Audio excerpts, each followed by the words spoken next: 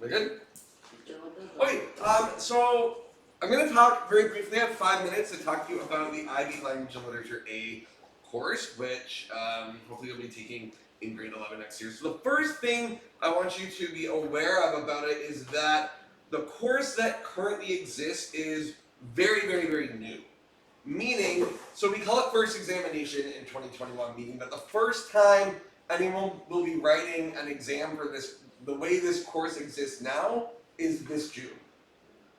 And so a year and a half ago, IB came out and totally revamped the language and literature course. So it used to be based completely on literature, and now it's based on a variety of things I'll talk about in a minute. There are 8 course aims of the IB that I don't have time to go into a lot of detail right now, but essentially the IB has a set of learner skills that is probably similar to the learner skills you've experienced here if you've been a student at RAS previous to this year. So developing awareness and understanding of text, reading, writing, listening, speaking, viewing, right?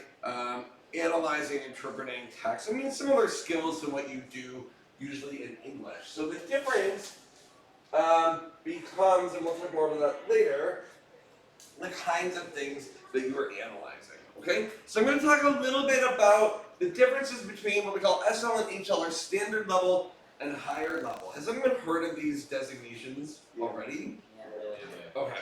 So really the difference is the number of hours studied, right? So the number of hours of class you have, as well as the amount of course reading, okay? So in standard level, students must study at least 4 literary works, okay? And that's over 2 years. So the IB is a little bit different. We think about generally grade 11 English and grade 12 English, but IB Language Lit A is a 2-year course.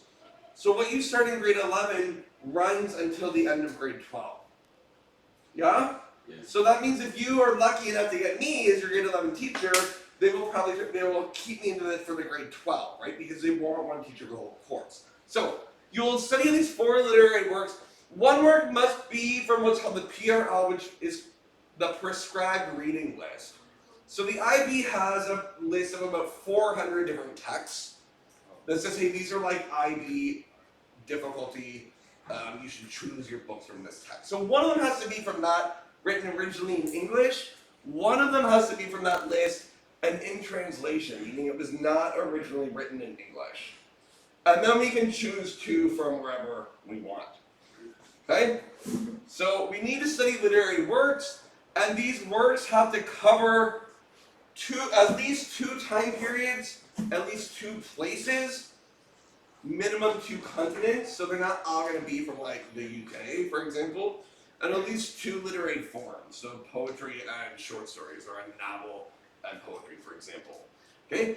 This is the really new thing. Students will study a variety of non-literary texts. What do you think that might mean? I'm almost out of time already. Nonfiction. Nonfiction. Okay? And this might be, so for example, we did a whole unit this year on the street art of Banksy, right? As a non-literary text. The grade 11s are finishing up a photography study right now, Brandon State of Humans in New York. Okay? So the idea said it should be a 50-50 split between literature and not literature.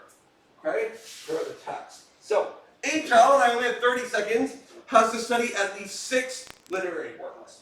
So SL does 4, HL does 6. So in HL, you will have an extra block of English every 2 cycles, like every other cycle. Like, yeah, every like 16 days or whatever. Okay? And so you also have extra class time. Okay? Your exams are also a little bit longer in HL. The last thing everybody does is a learner portfolio. So the IB can audit us at any time, meaning that they want to make sure the work you've done is actually worthy of the marks you are getting. So at any given moment, they might ask to see all of your work over the 2 years. So you just kind of need to keep track of it in like a Google folder or something throughout. So it itself isn't marked, right?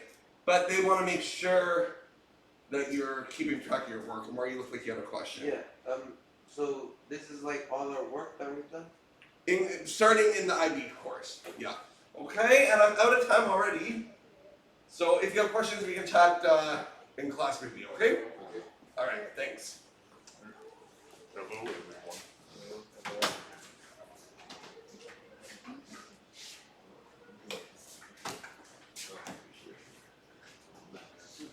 Sorry.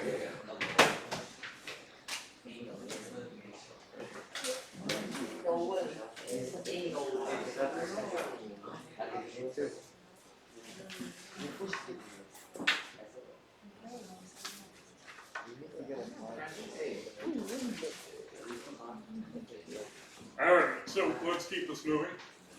Hi. So, I am the global politics teacher, which is category 3, like history, economics, global politics. Yeah. So if you're interested in this, then next year you would get some of this information. So to begin with, why study global politics? Everything is political. You made a political decision this morning when you chose whatever